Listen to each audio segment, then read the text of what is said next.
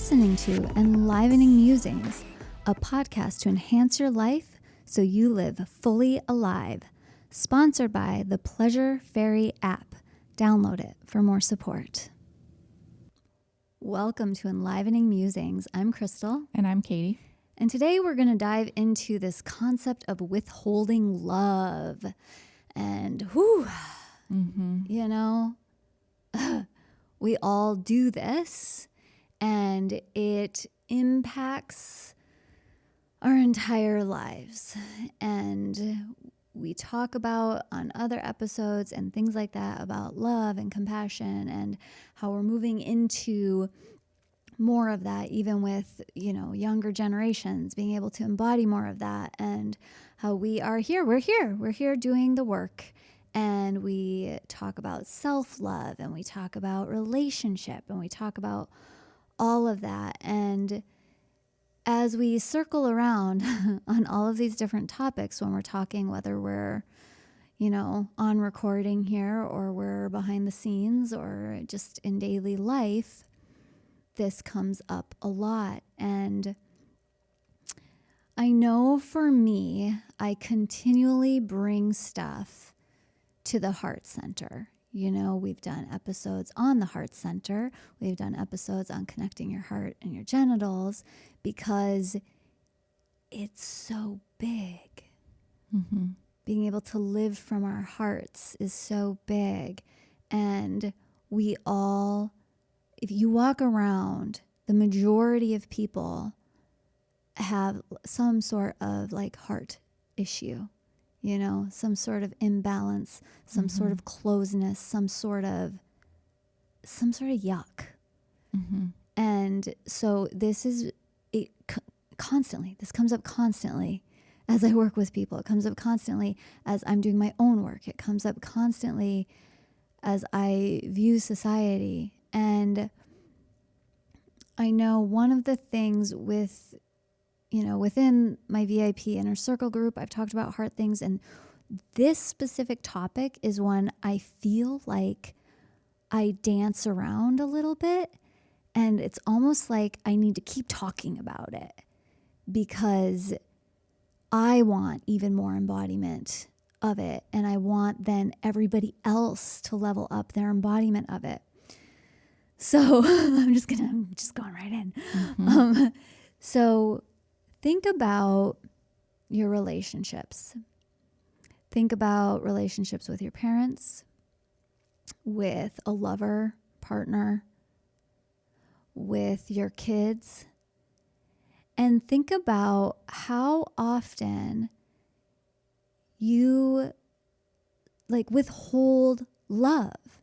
Maybe your kid did something, and so instead of any sort of other discipline or punishment, you default to withholding love. And how did that happen when you were a child? When you were a child and you did something wrong and you could feel it. You could feel your parents just withholding their love from you, as if that's what's going to teach you your lesson or make you fall in line or do what's quote unquote right. Mm-hmm. And you think about your partner or lover or somebody, and they're not showing up how you want them to. And so maybe it's withholding sex, but it's often more withholding love, withholding affection. You're not going to let them see. And part of so much of this, it's just defense mechanism, and it's default because this has happened to you. And then in that default in defense, it's because we're scared of our own vulnerability and being open, and we're scared of being hurt. And, the list goes on. When I'm trying to think about it with kids, we're scared of how they're going to turn out, and we're scared of what people are going to think about them. So we've got to teach them this lesson. Mm-hmm. Yeah, I think that is super true with raising kids. I feel that way right now with my kids, where they're at, my little ones. And yeah, I want to be very like heart-centered, let her express all these big emotions and feel them. But then there's that part of me that's like, I catch myself, and luckily I'm aware enough to notice, but there's almost that temptation to be like, you can't act this way or people aren't going to like you. Mm-hmm. That's what my head is saying, but I'm able to stop it from coming out of my mouth. But those sort of things, and I think that was probably what, the sort of things that were said to me, obviously, because that's what's in my mind. But I think that's a common thing. We're like, oh, if you or like, stop screaming, you're embarrassing me, or, all those little things that come up. And I've noticed like a lot of those tendencies for me when my children are acting a certain way and I feel like I need to discipline them, it's because I feel embarrassed. Mm-hmm. I feel embarrassed about the situation. They're fine. And I see that with other parents, and like, it's very cringeworthy to be on the other side when you see a kid maybe acting out, or maybe they're just playing and being silly in a place where that's not allowed, but they don't know that because they're 3. Mm-hmm. So they don't know the difference between a space that's supposed to be quiet and reverent versus playtime at home. Mm-hmm. But as adults, we just like can't handle it because we're afraid we're getting judged for how they're acting. And so then we lash out at these poor little children. Right. Yes. And so it can show up in so many of those ways. And sometimes I feel it's neat. So my kids are interesting. My 4-year-old will sit there and actually say to me, but I don't think you love me right now, or I don't feel, and I want, in full disclosure, I don't even like do anything, I just like literally say something like, oh no, you got to put that down or something. And it's just taken that way. It's internalized that way, where I could have been so super peaceful, didn't even really do anything. Pat myself on the back. No, I'm just kidding.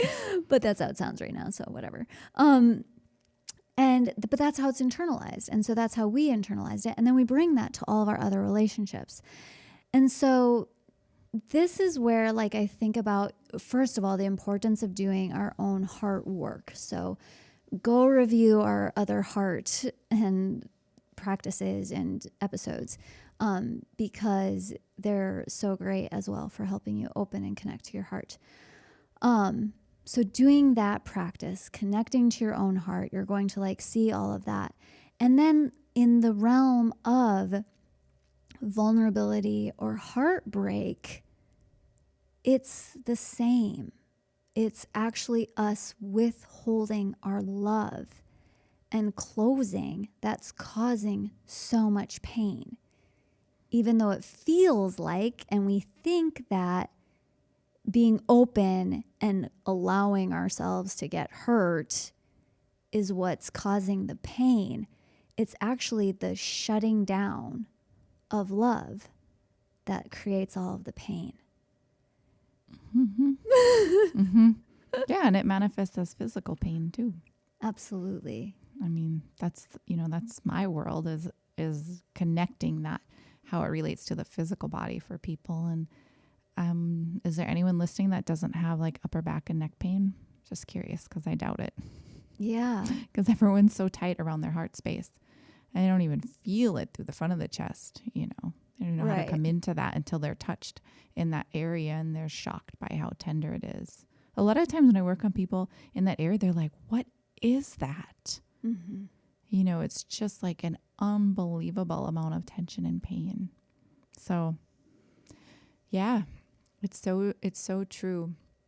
And I think it can be really, I think you can do a lot of this work on your own and open up, but it's so helpful to have someone, whether it's a practitioner or just a trusted person, sit with you to do some of these practices, because they can be really powerful. And it's nice to have the support of someone else to just kind of hold that space with you as you go into there, so you can feel safe, because it can feel kind of scary to dive into those areas. And so having someone just kind of like, make sure like stand guard for you while you dive into that, so you can fully let go, is so helpful. And that, that could just be even a yoga class. It could be just sitting with a friend and having a heart-to-heart conversation where you can let all that come up. Yeah.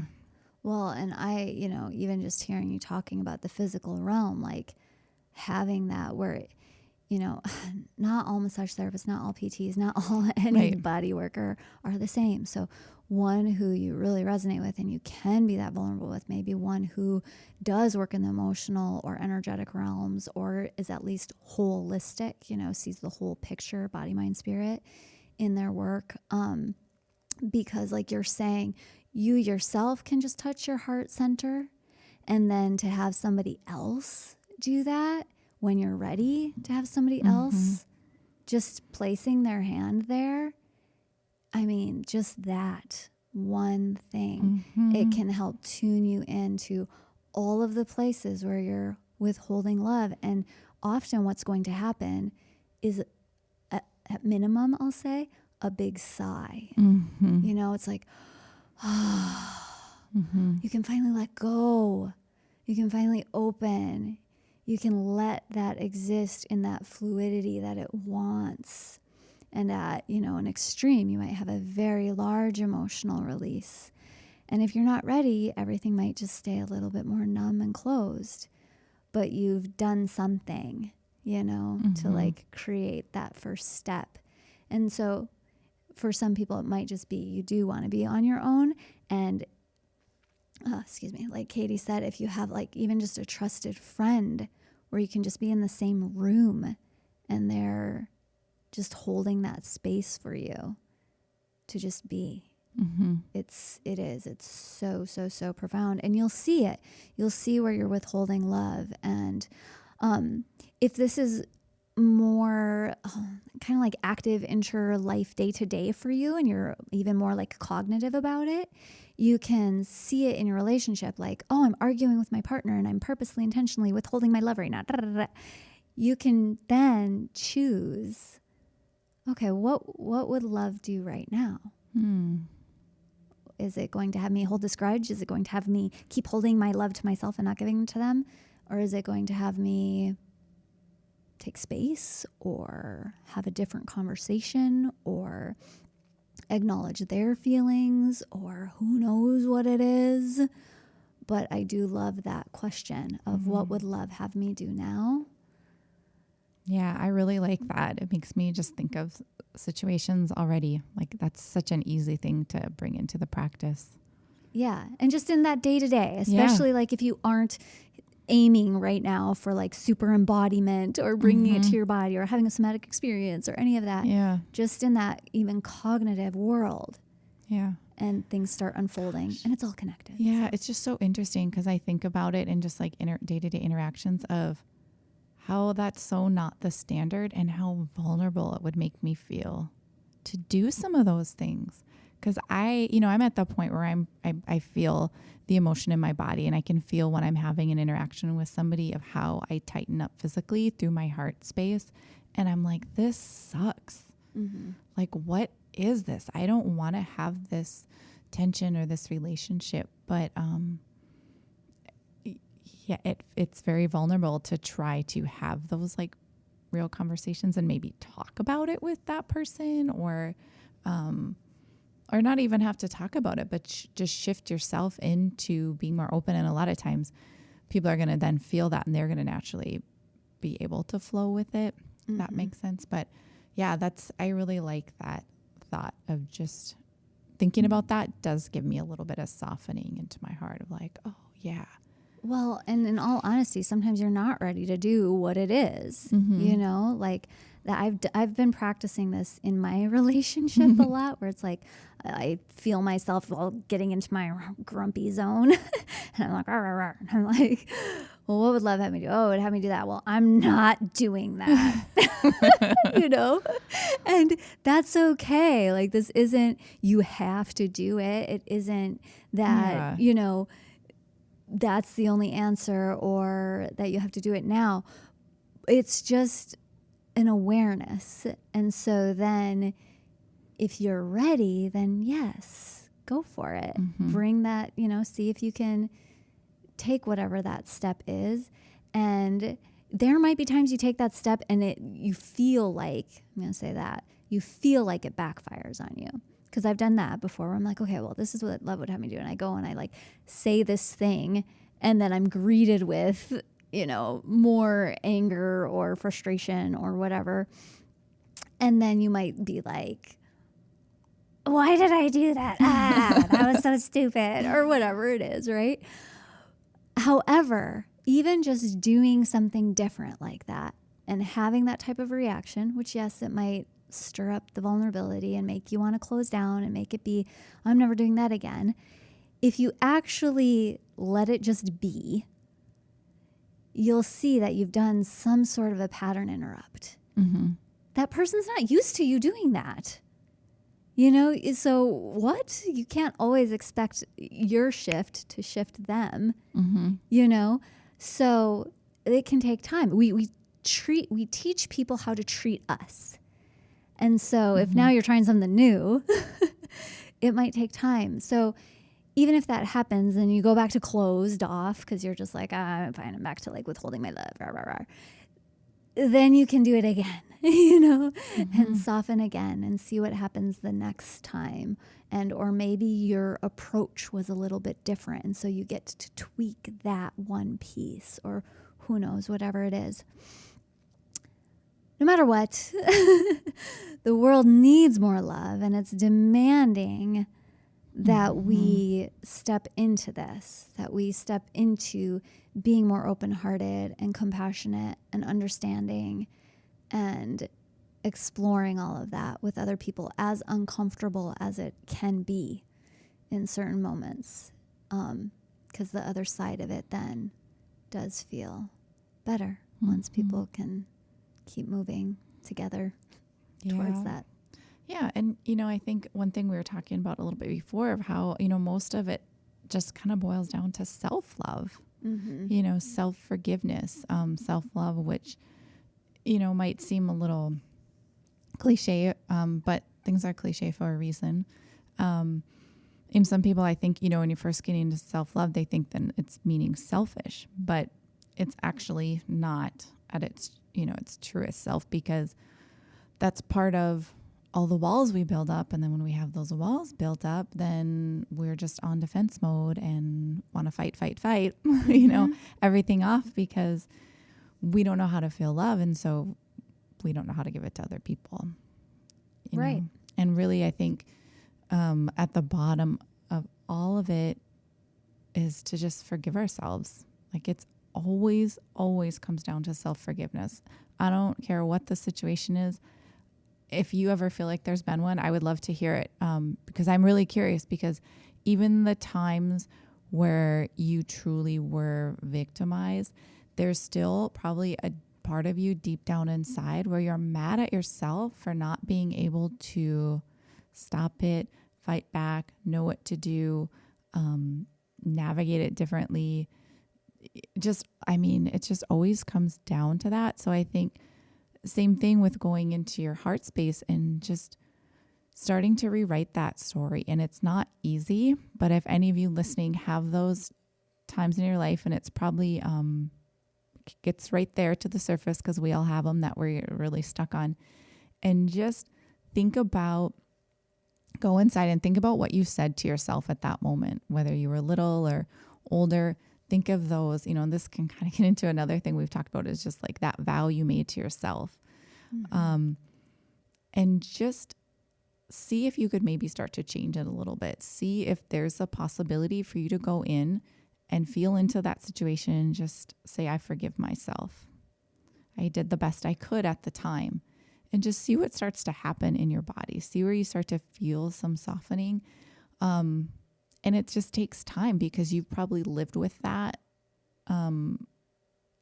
vow or that sense of like unforgiveness for many years.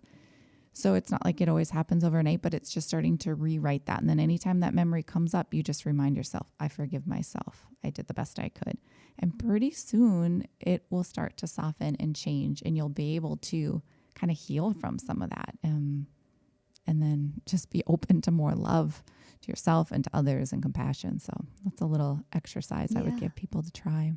Absolutely. It's completely tied into like neural reprogramming, and that's what you want. You want to be able to reprogram those neural pathways so that. Yeah. And it's like you said, shifts. that awareness first. Like a lot of times, I mean, I had to have people help me identify those moments. I was like, whoa, that's right. I like remember saying, I will never forgive myself for this. Like almost, it was like I was promising myself that in a way to like make it okay. And to be able to like have somebody help me work through that was so profound. Like I never thought like, what would that be like to forgive yourself? And it was like, my body was like chaos. Like I couldn't even think of how that would be possible, like, or okay. It's so interesting how those things work. And I think almost everyone's had those moments. So it was just fascinating to me what we can do. Or like we've talked about making promises to other people or vows to other people. Like I'll never leave you. You know, I think, I mean, this is kind of personal, but I think of like with my grandparents towards the end of their lives. And, you know, they had promised the other person they wouldn't ever have them go into the nursing home. And then my grandpa had to, and how that just was destroying to my grandmother, you know, because they had made that promise to each other. And it just shows how strong that is, you know, those promises and those vows we make to each other. And although they can be beautiful, like a marriage vow, I think being able to just notice when we do those things and notice when they might need to be rewritten.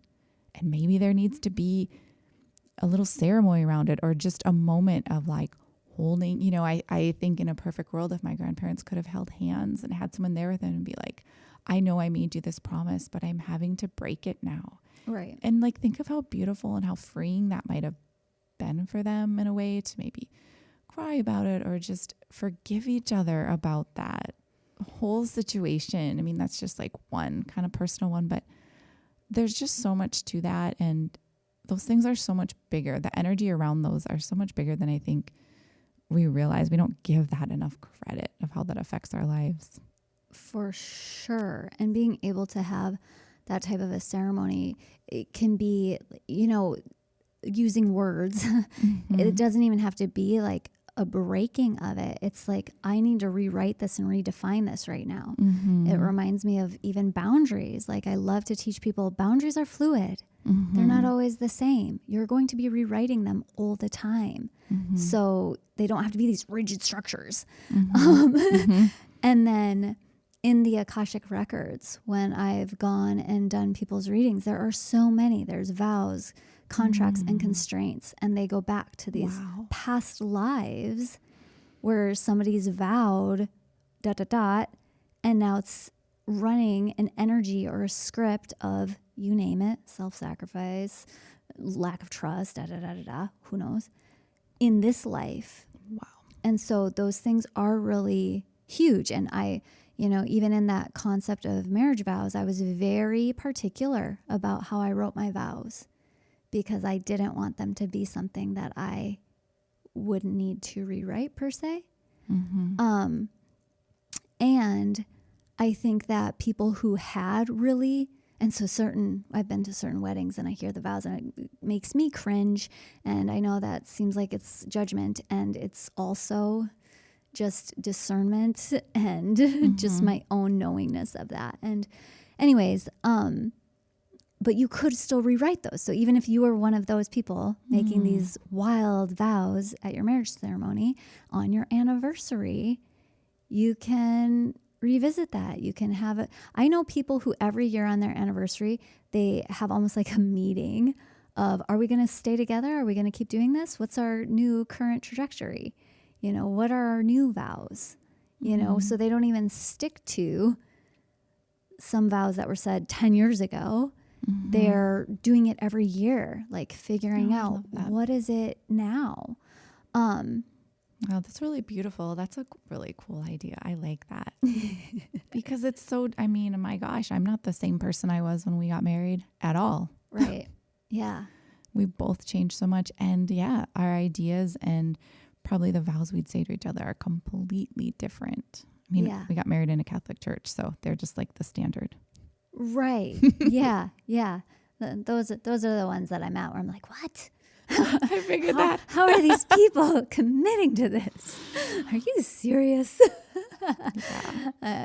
No real judgment there. I get it. I get being in and the it's church just, and doing it. and the same thing. It's cool. It's what we knew at the time. It was just like, I didn't know this about vows at the time. Right. And for some people, that feels so great to them. Like they're like, yes, I want you to vow to me.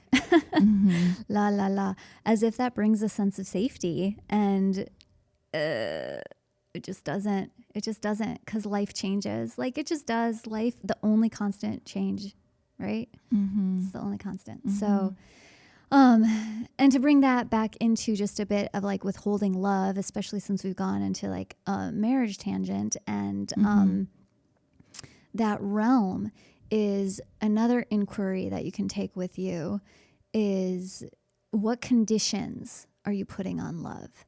I will only love my partner if it's the same. So it's not just, oh, they did that, so now I'm going to withhold my love. It's also on that other side. Like, I'm only going to love you if you show up this certain way. And it infringes on the person's sovereignty, on them being able to be themselves, be wholly themselves, and exist and receive love as them. And so if you're doing that to them, you're doing that to yourself. So again, with the self-love. Yeah. And if you can free them, they can also help free you. So it's just totally. I had that realization recently, and I was like, whoa, just a whole thing of how I felt like I didn't realize how much pressure and judgment I was putting on myself and thinking my husband expected certain things from me, which he never said. Right. I was just feeling like I had to have these things. And I was like, wow, it was really pretty incredible. And, all of these things came up in addition with other things of help. Like when I got my full chart from Chamonix we had on, which was amazing. Another shout out to her. I had so much insight from that. I haven't even read through all the full 30 pages of it. So that's Chamonix Astrology. I believe it's chamonixastrology.com. Her name is spelled Chamonix. Yeah. And then I had an MFR session at the same time. And then afterwards, I was just realizing all these things. So exactly like coming back to what you said of like I was putting, what's the word? Like contingencies on why I could be loved. Like I have to show up in this way to feel like I can be loved and like valued in this relationship, which realizing those things for me has been huge, even in when I realized like I didn't need to be like doing anything for people to care about me, including like friends and extended family. I don't need to be helping them, or my identity as a physical therapist was so strong. But I think that was just, it's rooted in so much more deepness in me of my whole spiritual self. But when I started to realize that, it took so much pressure off of me in relationships and made them so much better, that I didn't have to be that.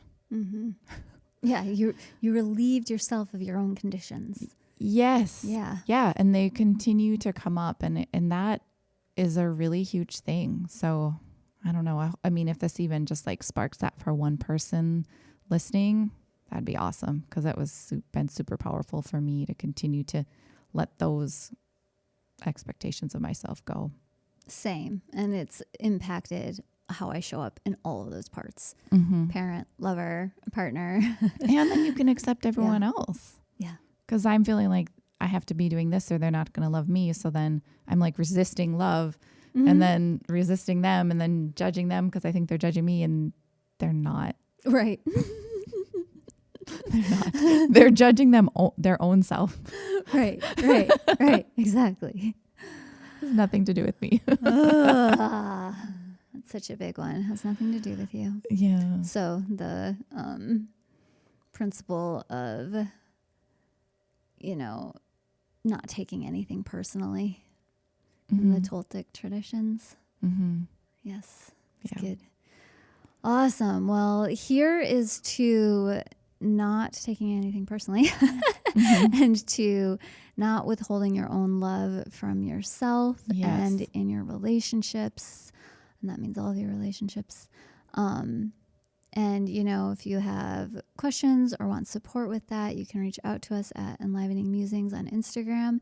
And of course, I do have a Fall in Love class. It's about falling in love with yourself on aliveness.academy. That's always there and accessible and super reasonably investment of an investment. And if you want more pleasure in your life, come to the Pleasure Fairy. It's an app you can go to at the App Store, Google Play Store, and let's spread more love and joy and awesome in the world. Yeah? Yes, yeah. And you can find me at wellnesswithkatie.com or on Instagram at Katie_BradshawPT. I have a Facebook page, Wellness with Katie, a private pelvic wellness for women Facebook group too, if you're interested in a little bit more of an intimate group and have specific questions. You can ask them there. Yeah, I love it. I need to link you as a resource in my thing. Yeah, I know. Me too. I have this beautiful new website, so go check it out. I love it. But there's still some things I'm like, oh, I have to link some of these things. But come check us out. Yeah, I love it. And we send so much love to you. So actually receive it and soak it up because we mean it. We do. Bye. Bye.